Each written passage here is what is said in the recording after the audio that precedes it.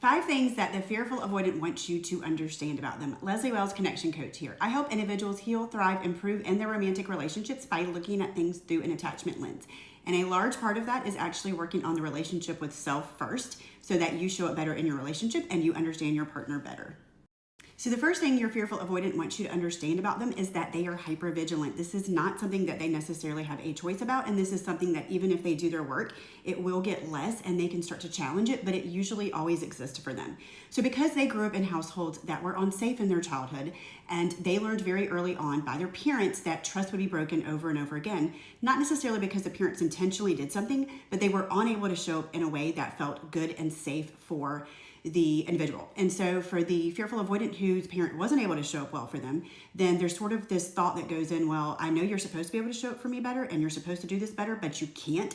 Therefore, you are betraying me and you can't be trusted. And they take that blueprint and they apply it to other relationships after that, where people and relationships do not feel safe. And so the thought is, if you're my parents and you can't be trusted, and you're the one who's I'm supposed to be able to trust on account, then no one else can be trusted. So as a result, they become very, very hypervigilant. They notice micro expressions, tone, behavior shifts, mannerisms. So you can come home from work and and just sigh because you've had a long day, and they automatically respond to that. It creates fear or unsafety for them because they're so attuned to all of those things. And as a result, they can also draw a lot of meaning from that may or may not be accurate. That is their work to do. So because they're so hypervigilant, they're always collecting data. So they really pay attention to your likes, your dislikes, what brings you pain, what your desires are. They're always able to sort of predict your needs because they're collecting data and they're really getting to know who you are. So they will meet your needs and they try to show up in that way before you even ask for something. And sometimes they will, if you're super avoidant, they will probably know some of your needs better than you even do. But because they are that way, there's this expectation that you're gonna be the same way for them. And they also have this really deep need to be seen, heard, and understood, to really be seen and really well known. And so they will expect their partner to be able to match them in that way and show love in that same way and almost predict their needs without them having to ask or prompt. It is their responsibility to learn that they have to actually directly communicate and that someone doesn't have to be able to meet your needs without you telling them what they are for you to be happy in a relationship. But that's one thing that they would like for you to know, is that they really want you to be able to meet their needs without asking and really get to know them and see who they are and collect data on them the same way that they do for you. And that if you don't do that, they're probably going to take that as a rejection. And again, that is their work to do as a fearful avoidant. The second thing they want you to know is that they want connection. They're terrified of it, so you will get that push-pull because they really want love, but they're also afraid of being hurt and betrayed or let down in a relationship. So they will a lot of times do protest behaviors that make it seem like they don't want connection, that they're pushing you away or that they're creating conflict. But the truth is they really do want that connection. They're just afraid. So even in a fight, they will a lot of times threaten to leave. They don't want that. That is not a hard boundary. They really want you to reach in and connect with them. They do that because it's not that they want to leave the relationship. It's that they want to escape they don't want to escape the relationship. They want to escape the pain and the big feelings that they've got going on inside. They experience things so deeply and so continuously.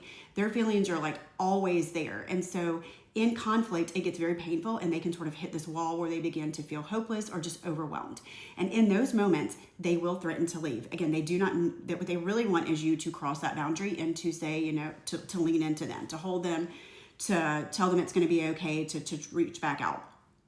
And so if they're going to leave, it's not going to be in the middle of a fight. They're not going to do that in the heat of the moment. That's something that typically a fearful avoidant will do after a fight when things have sort of calmed down and they've had time to think and ruminate. So if they do it in a fight, typically they don't mean that. But they a lot of times will show up in ways that look like they're attempting to push you away, but they really it's that fear kicking in. They want you to lean in. And so after a fight, a lot of times, if there's a safe space, they will apologize. They will experience deep remorse and deep conviction. And if you reach out to them, they will very much lean into it and warm up pretty daggone quickly. The other thing they want you to know, number 3, is that they really wish that they were not so harsh and critical with their words and their tone. And sometimes it can even come out as disrespect.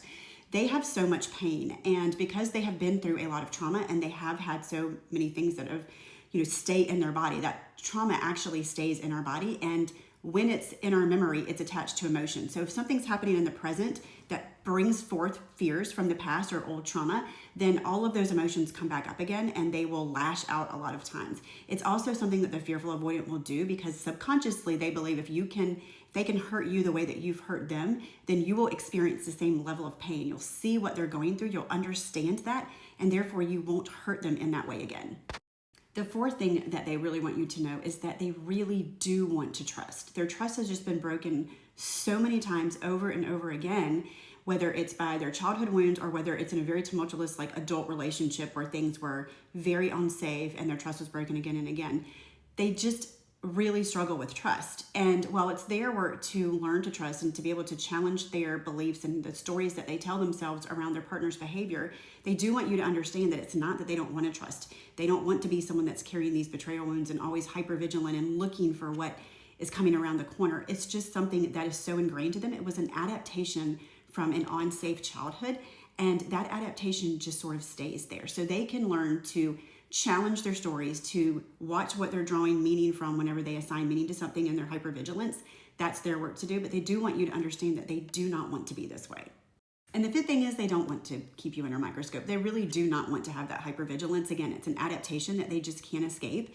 It's something that stays in their brain and body as a way to keep them safe. And so again, it's their job to challenge the meaning that they draw from things and to challenge the stories that they tell themselves and to really look for evidence to contradict whenever they start going into negative thought patterns, thinking that things are unsafe.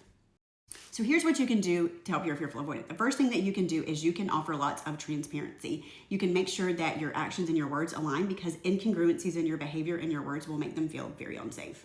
You can try to connect with them. They want connection even if they're afraid of it, so don't give up on that connection. That doesn't mean that you have to sit there and listen when they're lashing out. I'm not telling anybody that they need to tolerate behavior that's unacceptable. But what I am saying is that if they come to you escalated and you're able to really try to understand their inner experience, especially their feelings, like try to get past the anger that they're displaying and really, really help them dig into what's coming up for them. They're very self-reflective. You can get them to that very, very quickly. And if you can get them to be vulnerable and provide a safe space for them to be vulnerable and talk about the real root issues. For example, if you come home late and they're freaking out on you and they're angry and they're upset, probably there's a fear going on for you because they've already created a story in their mind of how you're doing something that is unsafe or it's shady or you're trying to hurt them. And probably what they really want to say is, I'm scared right now. Can you reassure me that we're safe, that you're safe? And so if you can do that in those moments and really validate them, reassure them that the relationship is okay, even if you're having conflict, that goes a long way with them and they will warm up much faster if you're able to do that as well as de-escalate. Make sure you come with curiosity and not defensiveness, because if you get defensive, they're going to be like, oh, see, I knew I had a reason to not trust this person. That's why they're getting defensive. They're going to draw meaning from that. They're going to tell themselves more stories in their head. Again, that is their work to do. But if you can come with curiosity instead, you're going to get a lot farther and you're just going to be creating a safe place for you guys to be more intimate and connect better. Lastly, try to reconnect and create peace after conflict as fast as you can. So if you're an avoidant, really don't, try to brush things under the rug and then come back around later like nothing has happened. The more that you can lean in and actually reconnect and create that peace, they will warm up pretty quickly. That's what they're looking for, is that connection. So there you have it, what your fearful avoidant wants you to understand about them and what you can do to show up better for them. And again, every single attachment style has to do their own attachment healing. But if you really love somebody and you want to spend your life with them or you're in a committed relationship, you're going to want to show up in a way that feels good to them. And you're going to show up with your side of the street being clean so that you know that you're doing everything you can. That does not mean that you have your boundaries stomped all over or that you dishonor yourself, but it does mean that you care enough about your partner to look at things through their lens and try to show up in ways that you can, that don't dishonor yourself, that feel good to them.